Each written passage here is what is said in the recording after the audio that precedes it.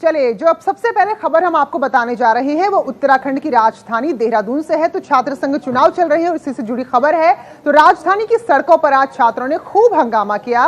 दरअसल अब यहाँ पर 9 तारीख को मतदान होना है, छात्र संघ चुनाव के लिए वोटिंग होनी है और उससे पहले जुलूस निकल रहा था। छात्रों का कहना है कि उन्होंने प्रशासन से अनुमति ली थी, उसके बाद ही जुलूस निकल रहा था, लेकिन उसके बावजूद उन्हें रोक दिया गया। तो अखिल भारतीय विद्यार्थी परिषद के छात्र थे जिन्होंने यहाँ पर सड़क में खूब हंगामा किया है। ये तस्वीरें देखिए, पुलिस ने लाठीचार्ज भी यहाँ पर किया है, तो इसमें कई लोग घायल हुए हैं, इलाज चल रहा है। पूरा मामला आपको बताते हैं। जो डीएवी कॉलेज है वहाँ 9 सितंबर को छात्र संघ चुनाव के लिए मतदान होना है और इसके लिए आज एबीवीपी ने जुलूस निकाला था, लेकिन जुलूस की मंजूरी को लेकर छात्रों की पुलिस से झड़प हो गई। पुलिस कह रही है कि उन्होंने जुलूस की जो मंजूरी दी थी वो कॉलेज परिसर के अंदर के लिए दी थी, जबकि छात्र कॉलेज के बाहर एक बैंक्वेट हॉल से ही जुलूस निकाल रहे थे। और पुलिस ने जब जुलूस को रोकने के लिए कहा तो छात्र भड़क गए और विवाद इस कदर बड़ा कि लाठीचार्ज तक पहुंच गया है। असल में डीएवी कॉलेज में 3 सितंबर को नामांकन हो गया था, लेकिन छात्रों को जुलूस के लिए दिन तय करने थे।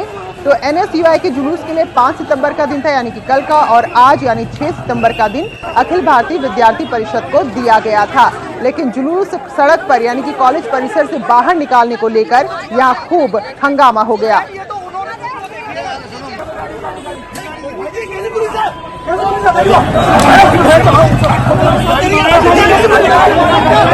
आप देख सकते हैं यहाँ भारतीय विद्यार्थी परिषद के छात्र भड़क गए। उनका ये कहना था कि आखिर जब कल एनएसयूआई ने जुलूस निकाला तो उन्हें परमिशन क्यों नहीं दी जा रही। हालांकि बता दें कि कल भी, क्योंकि लिंगदो कमेटी की सिफारिशें हैं वो इस बात की अनुमति नहीं देती हैं कि कॉलेज कैंपस के बाहर किसी भी तरह का प्रचार प्रसार किया जा सके। तो कल एनएसयूआई के कई लोगों पर मुकदमा दर्ज हुआ है और आज जब एबीवीपी के लोग यहाँ पर निकाल रहे थे जुलूस तो रोका गया है। तो इस दौरान काफी हंगामा हुआ है, झड़प हुई है।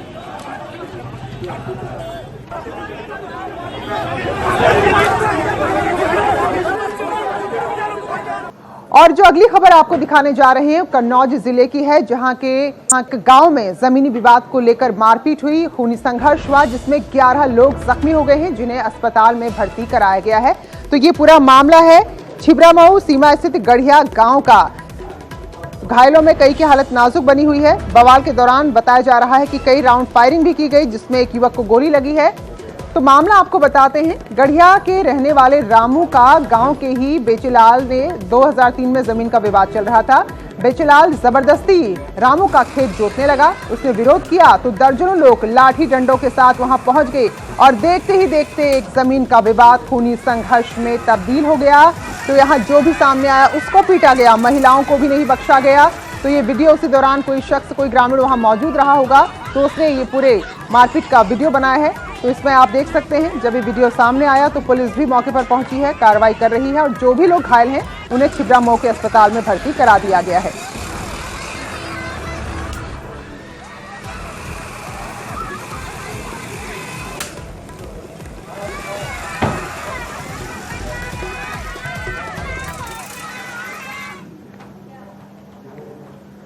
एक सितंबर को लखनऊ में घटना हुई थी जिसमें आईएएस अधिकारी उमेश प्रताप सिंह की पत्नी की संदिग्ध हालत में मौत हो गई थी। तो परिजन कह रहे थे खुदकुशी है और पुलिस ने भी शुरुआती तौर पर जो प्रेस नोट जारी किया इसमें खुदकुशी ही बताया। लेकिन अब इस पूरे घटना के 5 दिन बाद मुकदमा दर्ज हुआ है। दरअसल जो महिला जहां पर अनीता जिनकी जान चली गई है, जिनकी मौत हो गई है, एक शख्स सामने आया जिसका कहना है कि उनका भाई है और उसने यहाँ पर हत्या करने का आरोप लगाते हुए मुकदमा दर्ज करा दिया है। आईएएस अधिकारी उमेश प्रताप सिंह के खिलाफ दर्ज मामला।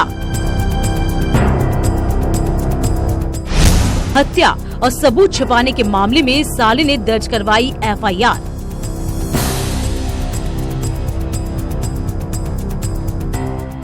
राजधानी लखनऊ के विकल्प खंड में 1 सितंबर को हुई अनीता सिंह की मौत का मामले में नया मोड़ आया है। अनीता सिंह के पति और सूडा के डायरेक्टर आईएएस अधिकारी उमेश प्रताप सिंह के खिलाफ उनके साले और अनीता सिंह के चचेरे भाई राजीव सिंह ने चिरहट थाने में उमेश प्रताप सिंह के खिलाफ मामला दर्ज करवाया। ये सब कथा और कथा की रचना है। इस पर ध्यान कम देते हुए सर्वप्रथम वहां पर जो घटना घटित हुई है उसमें मौके पर सारी चीजों को सूक्ष्मता से उस पर अध्ययन किया जाए, एफएसएल रिपोर्ट लगे और सारी बातें खुलकर सामने आए। दरअसल अनीता सिंह के भाई राजीव सिंह ने राजधानी लखनऊ में प्रेस कॉन्फ्रेंस की, जिसमें उन्होंने घर के नौकर के बयान का हवाला देते हुए उमेश प्रताप सिंह पर चरित्रहीन होने का आरोप लगाया।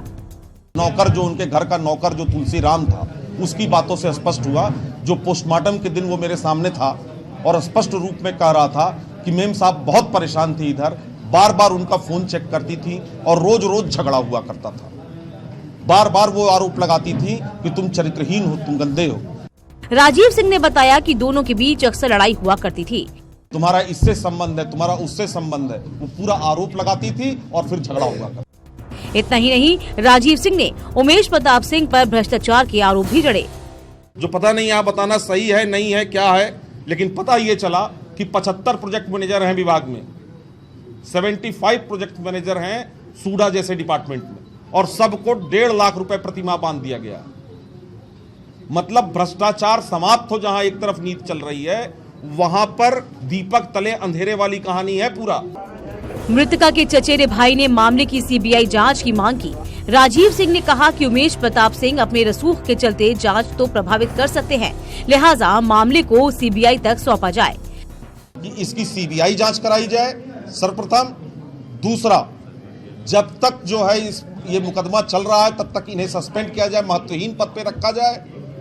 तीसरा, इन्हें किसी प्रकार को से जो है ये छूट न दी जाए कि ये मुकदमे को प्रभावित कर सके। भाई की तहरीर पर चिन्हट थाने में उमेश सिंह के खिलाफ मामला दर्ज कर लिया गया है। रात जो मृतका है उनके चचेरे भाई की तरफ से एक तहरीर आई है, जिसपे थाना चिन्हट ने धारा 302 और 201 आईपीसी में इनके पति के खिलाफ एक मुकदमा जो है वो दर्ज किया है। पुलिस द्वारा सारे एविडेंसेस जो है वो कलेक्ट किए जा रहे हैं। फिलहाल पुलिस मामले की जांच में जुटी है। वहीं राजीव सिंह ने भी साफ कर दिया है कि अगर उनके यहाँ सुनवाई नहीं होती है तो वह महिला आयोग जाएंगे। लखनऊ से ऋषभमणि त्रिपाठी, न्यूज़ 18। और वहीं जब इस बारे में उमेश प्रताप सिंह की बेटी से हमने बातचीत की तो वो तो ये कह रही हैं कि 1 सितंबर से पहले उन्होंने इस शख्स को देखा तक नहीं, जो आज दावा कर रहा है कि उनकी मां का चचेरा भाई है। अभी तक नहीं, जब तक मॉम की वो हुई थी तभी आए थे वो लोग, तभी मैंने देखा है, वरना तो मैंने जानती। वो खुद को चचेरा भाई बता रहे हैं आपकी मम्मी के? हाँ वो है, बट कभी ना राखी बनवाने आए थे, ना कभी वो ऐसे मम्मी से मिलने आए हैं, ना मम्मी से बात होती थी, कुछ भी नहीं। मैंने उनसे फ़ोन पे बात भी, उन्होंने कुछ, मैंने बोला कि आप क्यों ऐसा कर रहे हैं, आप तो कोई रिश्ता भी नहीं, आपने कोई रिश्ता भी नहीं रखा, कभी राखी भी नहीं बनवाने आए, कुछ भी नहीं, कभी भी नहीं देखने गए नाना से कुछ। मम्मी के बाद भी एक बार कॉल करके नहीं पूछा बच्चे तुम लोग कैसे हो, कुछ भी देखते नहीं। और इस पूरे मामले में हमारे संवाददाता ऋषभमणि त्रिपाठी ने खुद उमेश प्रताप सिंह से बातचीत की है। उनका क्या कहना है वो भी सुनिए। उन्होंने ये भी कहा है कि आप मारपीट करते थे उनके साथ। देखिए, मेरी पत्नी जो है, मैं जितना उनको जानता हूँ, 2017 तक कोई प्रॉब्लम नहीं थी। उनको प्रॉब्लम हुई 17 के बाद से, जब साइकेट्रिक प्रॉब्लम शुरू हुई, तो उनको कोई बात कहनी होगी तो हमारे सगे साड़ू हैं, उनकी बड़ी बहन है, उनका सगा मेरा भाई हर तीसरे दिन आता था, उनसे कहती। हमारे दोनों बच्चे एडल्ट हैं, 20 और 22 साल, उनसे कहती। ये तो कभी मेरे घर 22 साल आए गए नहीं, कहीं न्योता हकारी में भले मिल गए हूँ, ना इनसे कोई लेना देना, ना इन्होंने कभी राखी बंधवाने आई 22 साल। मेरे ससुर साहब ऑन बेड हैं 2 साल से, मैं उनकी सेवा करा रहा हूँ, उनको कभी नहीं देखने आए। मेरी पत्नी 2 बार सहारा में भर्ती रही 10-10 दिन पिछले 2 सालों में, उनको कभी नहीं देखने आए, ना राखी में देखने आए। तो आप समझ जाइए किससे उन्होंने पीड़ा कही होगी। आप क्या हर तरह की जांच के लिए तैयार हैं, या आपको लगता है फ्री एंड फेयर इन्वेस्टिगेशन होगी? मुझे पुलिस व्यवस्था पे और इस वर्तमान सरकार पूरा भरोसा है कि मेरे साथ अन्याय नहीं होगा। तो ये थे आईएएस उमेश प्रताप सिंह, जिन्होंने अपना पक्ष भी साफ रखा है कि उन्हें सरकार के ऊपर भरोसा है, पुलिस के ऊपर भरोसा है, फ्री एंड फेयर इन्वेस्टिगेशन होगी, वो हर तरह से जांच में सहयोग के लिए भी तैयार है। कैमरामैन एसके वर्मा के साथ ऋषभमणि त्रिपाठी, न्यूज़ 18 लखनऊ। और ऋषभमणि इस वक्त लखनऊ से हमारे साथ जुड़े हैं। तो ऋषभमणि, जिसकी भी यहाँ पर बात सुनो तो हर कोई तथ्य के साथ ऐसी बातें कर रहा है, ऐसे वही सच बोल रहा है, तो कुल मिलाकर क्या ये पूरा मामला नजर आ रहा है?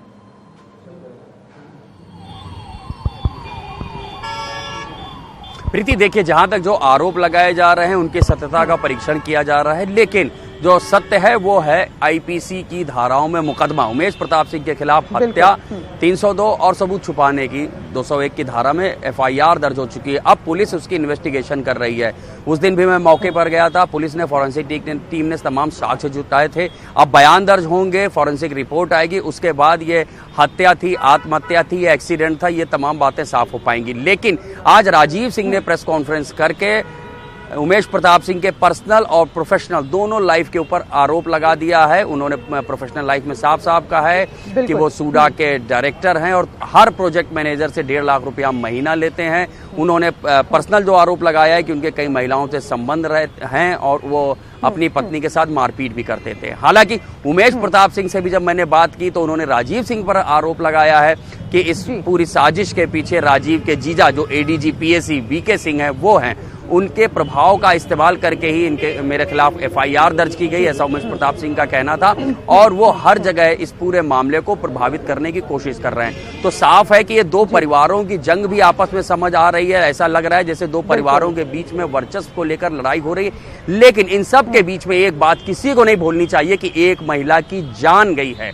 इसका इंसाफ जरूर होना चाहिए। एक फ्री एंड फेयर इन्वेस्टिगेशन होनी ही चाहिए ताकि पता चल सके अगर आत्महत्या है तो उसके लिए कौन जिम्मेदार है। उसके लिए भी आईपीसी की धारा 306 है, अबेटमेंट टू सुसाइड, और अगर हत्या है तो 302 में कार्रवाई होनी चाहिए। प्रीति, बिल्कुल, बहुत बहुत शुक्रिया ऋषभ बणी आपका इस खबर पर जानकारी देने के लिए।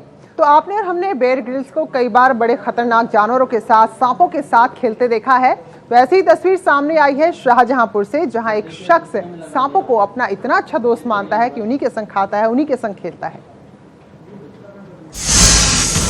सांप को पकड़ लिया,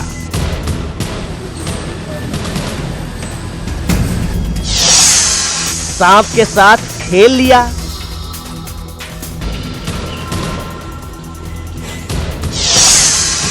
फिर सांप को नहला दिया,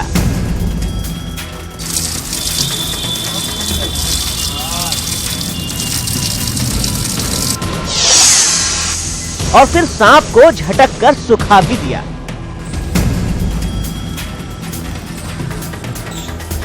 मतलब ये कि सांप के साथ जो मर्जी आई वो कर दिया। इनके लिए सांप ना हुआ जैसे खिलौना हो गया हो। हमारा बचपन का शौक रहा है, इनसे हमारा लगाव बहुत, दोस्ती है। इनका नाम है रामबली और ये अपने गांव में सांपों के दोस्त के नाम से फेमस है। रामबली भगवान शिव के भक्त हैं और उनकी भक्ति में सांपों से दोस्ती कर बैठे। मानते देवों के देव महादेव शिव जी, उन्हीं के मैं भक्त हूँ, पूजा करता हूँ। और शायद सांप भी उन्हीं गढ़ हैं। जैसे हम भक्त उनके, वैसे वो भी उनके भक्त। तो आना जाना धीरे दोस्ती हो गई हमारी उनसे करीब 20 साल पहले। अभी खाना खिलाएंगे आराम से, फिर चले जाओ, फिर कल आना। भूखे हैं, इनको खाना देंगे। सुना आपने, ये जनाब सांपों से बात कर रहे हैं। जहरीले कोबरा इनके दोस्त हैं। रामबली शमशान में रहते हैं और आसपास अगर सांप निकलता है तो रामबली को याद किया जाता है। रामबली आते हैं और अपने जहरीले दोस्तों को अपने साथ लेकर जाते हैं। टेलीफोन पे हर जगह नंबर हमारा है, ठीक है। मालूम कोई समाज सेवक व्यक्ति फोन आता है तो अपने आप चले जाते हैं, या कोई उनको लेने आता है, एक दूसरे के माध्यम से बुलाता है। बेचारा उनका खतरा भी टाल देते, आराम से उनको अपना बंद कर लिया, चुपचाप ले आके अपने यहाँ खिलाया, छोड़ दिया उनको, आराम जाओ बेटे। रामबली को जानने वाले बताते हैं कि सांप इनके पास खुद ब खुद आ जाते हैं। पीने आते हैं तो सांप इनके पास आते हैं, तो हम लोग देखते रहते हैं कि अक्सर सांप आते जाते हैं। इनकी दोस्ती अच्छी तरीके से और खिलाते पिलाते हैं, सब देखते हैं हम लोग। तो इसलिए जानते हैं कि जो है बहुत अच्छे शिव जी के भक्त भी हैं और वो इनकी दोस्ती अच्छी तरीके से। कोशिश करते हैं कि हम लोग भी दोस्ती करें, लेकिन डर रहता है, हम लोग नहीं कर पाते हैं। सांप के साथ खेलने वाले रामबली लोगों के लिए आकर्षण का केंद्र बने हुए हैं। फिलहाल रामबली सांपों के साथ खेलते भी हैं और लोगों को सांपों से और सांपों को लोगों से बचाते भी हैं। शाहजहांपुर से न्यूज़ 18 के लिए दीप श्रीवास्तव की रिपोर्ट। तो इसी रिपोर्ट के साथ न्यूज़ रूम लाइव में आज बस इतना ही। छोटा